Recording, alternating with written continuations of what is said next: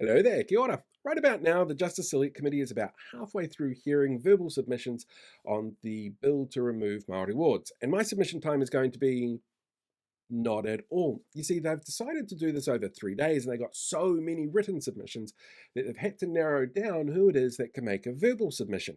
It's not unusual, it happens quite often. It doesn't matter who's in government, that sometimes you get a bill that is so well fed back from the public that they have to limit a little bit what they can do in terms of verbal submissions.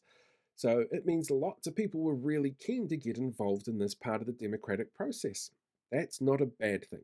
And the people that they're going to be talking to for these verbal submissions, well, they've been narrowed down based on things like whether or not they're affiliated to an iwi or hapu or kaupapa based group, whether or not they're an organisation that might be impacted, like a council, or talking to experts like councillors or other experts in the field to help inform the decision that the committee has to make.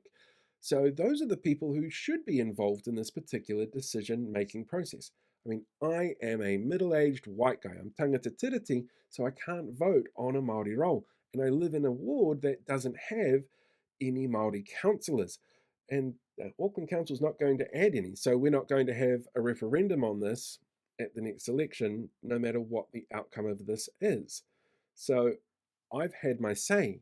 I'm absolutely fine with that. And I know that I've helped other people along the way. And I'm also absolutely fine with that. I really do hope, though, that the committee listens to those experts because, well, a number of them have reached out to me and used my stuff as a bit of a guide to help them.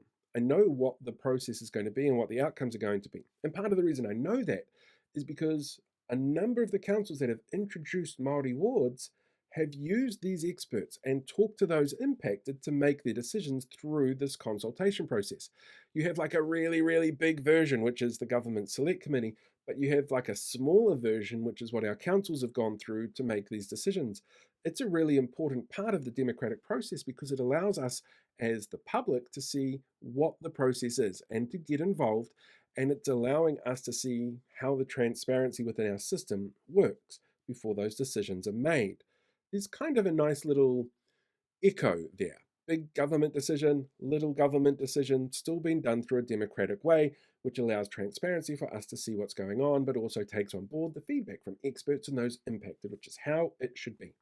What I'm really concerned about is those people that were really upset about my last video, the ones who filled up my comment section saying really stupid things like democracy's been returned to New Zealand. Democracy never left New Zealand.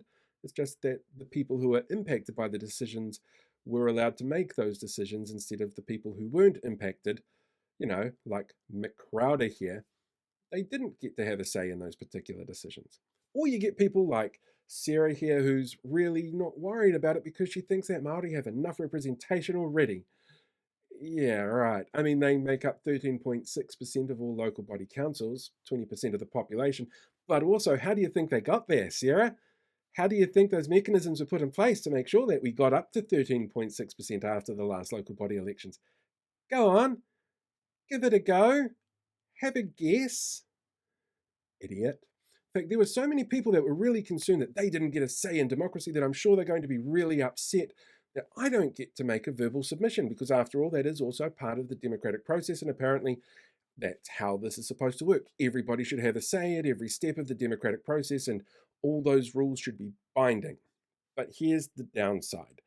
While my verbal submission was essentially going to be me sitting there telling people about the racist comments that we hear from MPs, or like this comment from the ACT Party, where they turned around and said that this means a return of one person, one vote to local democracy, which was never something that was taken away from people, but implies, again, that that's what Māori's boards are. Racist as fuck comments like that. The simple fact of the matter is, these people don't get involved in every step of the democracy because they don't give a shit. And the outcome of this is going to be what the government wants it to be because they have the majority. But the number of people that are going to be responding, the feedback is going to be really, really against removing this bill. They're not going to be heard, are they? Not really, because the government's still going to rush through the decision and force it down people's throats after listening to all that feedback from experts, those people impacted, the wider community as a whole saying, don't do this. Where are those people in the comment section going to be when that happens, though?